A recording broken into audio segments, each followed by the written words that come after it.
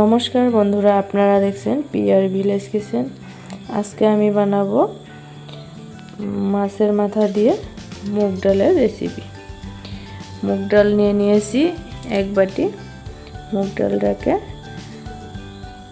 শুকনো কড়াইতে ভেজে নিব।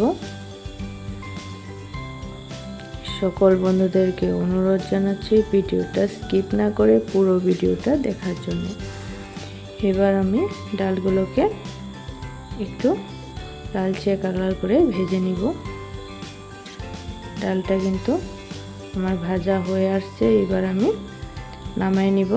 ডালটাকে ঠান্ডা করে এবার ধুয়ে নিচ্ছি। আমি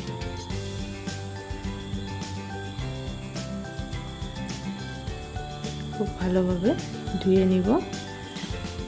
এদিকে আমি কড়াই বসিয়ে দিয়েছি। কড়াইতে জল দিয়ে দিয়েছি। জলটা কিন্তু গরম হয়ে গিয়েছে। এবার ধোয়া ডালটাকে জলের মধ্যে দিয়ে দিলাম। পরিমাণ মতো লবণ দিব। লবণটা দিয়ে মিশিয়ে দিচ্ছি। এবার দিব কেটে রাখা কাঁচা লঙ্কা। কাঁচা লঙ্কাটা আপনারা আপনাদের স্বাদ অনুযায়ী দিবেন। ডালটাকে সিদ্ধ হতে দিব। এদিকে আমি মাছের মাথা নিয়ে নিয়েছি।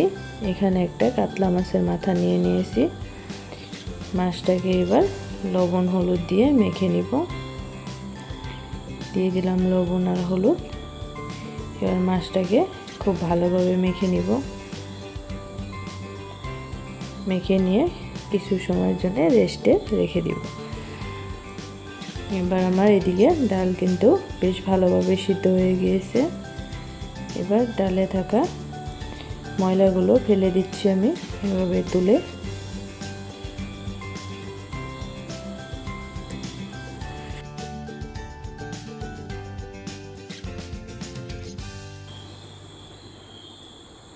এবার আমি ডালের মধ্যে দিয়ে দিলাম হাফ চা চামচের মতো হলুদ গুঁড়ো। হলুদটা দিয়ে ডালটাকে একটা হাতার সাহায্যে ঘেটে নিচ্ছি কিছু সময়। ডালটাকে বেশ ভালোভাবে ঘেটে নিলাম। এখন ডালটা কিন্তু এবার আমার খুব সুন্দরভাবে মিশে গিয়েছে। সকল বন্ধুদেরকে অনুরোধ জানাচ্ছি ভিডিওটা স্কিপ না করে পুরো ভিডিওটা দেখার জন্য।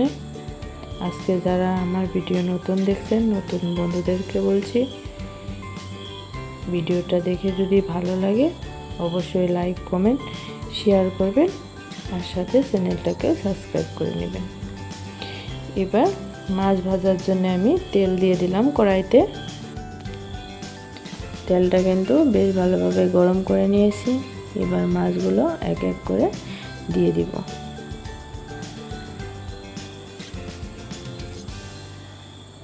সবগুলো মাছের মাথা আমি দিয়ে দিচ্ছি। এবার এ পাশটা হয়ে গিয়েছে, ও পাশটাকেও উল্টে ভেজে নিব ভালোভাবে।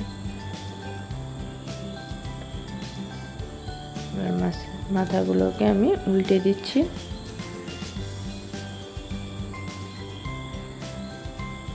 মাছের মাথাগুলো কিন্তু বেশ ভালোভাবে ভাজতে হবে। এখন মাছের মাথাগুলো খুব সুন্দরভাবে ভেজে নিয়েছি আমি। এবার একটা পাত্রে আমি তুলে নিচ্ছি। মাছের মাথা দিয়ে ডাল তো আপনারা অনেকে অনেক রকমভাবে খেয়ে থাকেন। অবশ্যই একবার এভাবে ট্রাই করবেন, আশা করছি ভালো লাগবে। এবার এই মাছ ভাজার তেলেই আমি ফোড়ন দিয়ে দিব। ফোড়নে দিলাম একটা তেজপাতা, দুটো শুকনো লঙ্কা। তেজপাতা আর শুকনো লঙ্কাটাকে ভালোভাবে ভেজে নিলাম। এবার আমি এর মধ্যে দিয়ে দিব পাঁচফোড়ন। পাঁচফোড়নটাকেও ভালোভাবে ভেজে নিব। এবার দিব কুচিয়ে রাখা আদা আর দিব কুচিয়ে রাখা রসুন। এবার রসুন আর আদাটাকে কিছু সময় ভেজে নিচ্ছি। কাঁচা গন্ধটা চলে গেলে এবার দিয়ে দিব কুচিয়ে রাখা পেঁয়াজ। পেঁয়াজটাকেও ভালোভাবে ভেজে নিব। পেঁয়াজটাকেও ভেজে নিয়ে দিয়ে দিলাম কুচিয়ে রাখা টমেটো। টমেটোটাকেও ভালোভাবে ভেজে নিব। মশলাটাকেও আর কিছু সময় ভালোভাবে ভেজে নিচ্ছি। মশলাটা কিন্তু খুব ভালোভাবে ভাজতে হবে। এবার আমার মশলাটা রেডি। এর মধ্যে আমি দিয়ে দিলাম ডালটা দিয়ে ভালোভাবে মিশিয়ে নিচ্ছি। আর কিছু সময়ের জন্য এবার জাল হতে দিব। ডালটা কিন্তু খুব ভালোভাবে জাল করে নিতে হবে। ডালটাকে আমি নেড়ে চেড়ে মিশিয়ে দিয়ে কিছু সময় ভালোভাবে জাল করে নিলাম।